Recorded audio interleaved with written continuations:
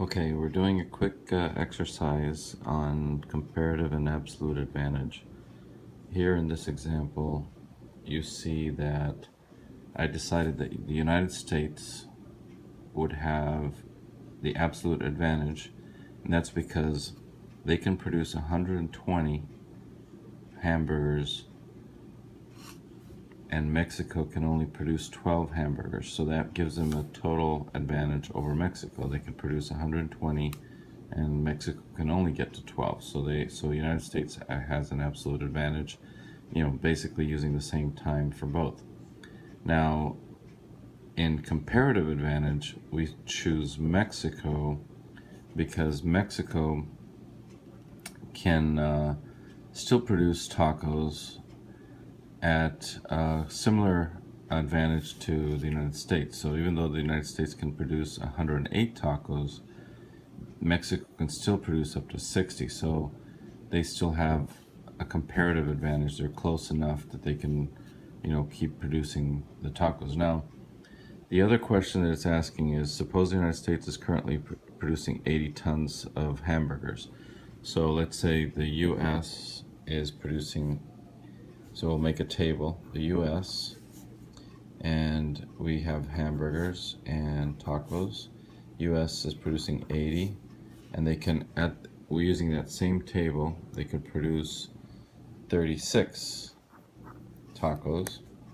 And Mexico, and if you look at their table, on that table here, Mexico can produce what they're asking here at 8 tons of hamburger and 20 of tacos. All right, so now remember that the absolute advantage here is that both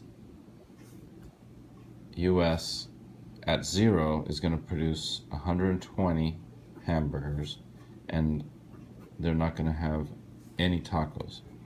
And Mexico is going to have 0 hamburgers if they produce 60 tacos. All right, so now if we subtract that, we go over here and take away the 120 and the 60. So we add these two up. This is going to give me 88. And this is going to give me 56. And then if I subtract 88 minus 120, that's going to give me 32. And 60 minus 56 is going to be 4. So in this situation, the United States is going to be able to produce 32 more hamburgers, and Mexico can actually take advantage of 4. That's because they can now each specialize.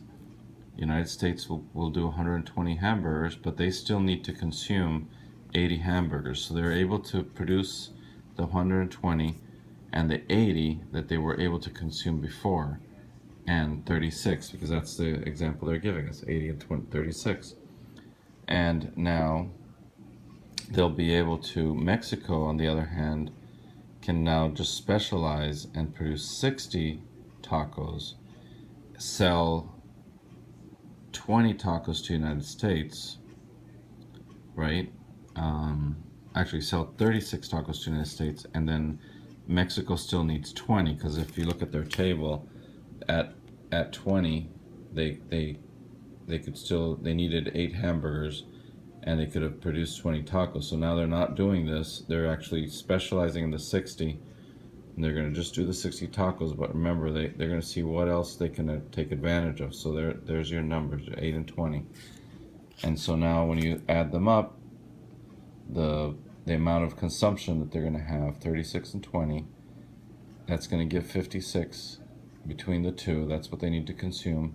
So they basically have 4 tacos left over, 40 tons of tacos left over after specializing, because Mexico only needed to produce only to get the hamburgers that they wanted, they only needed to produce 20 tacos. So now they can specialize and do 60 tacos, tons of tacos, sell the balance of what they needed at that level to the United States, 36 tacos, which is what the United States wanted, and Mexico still gets their 20, and they have 4 left over.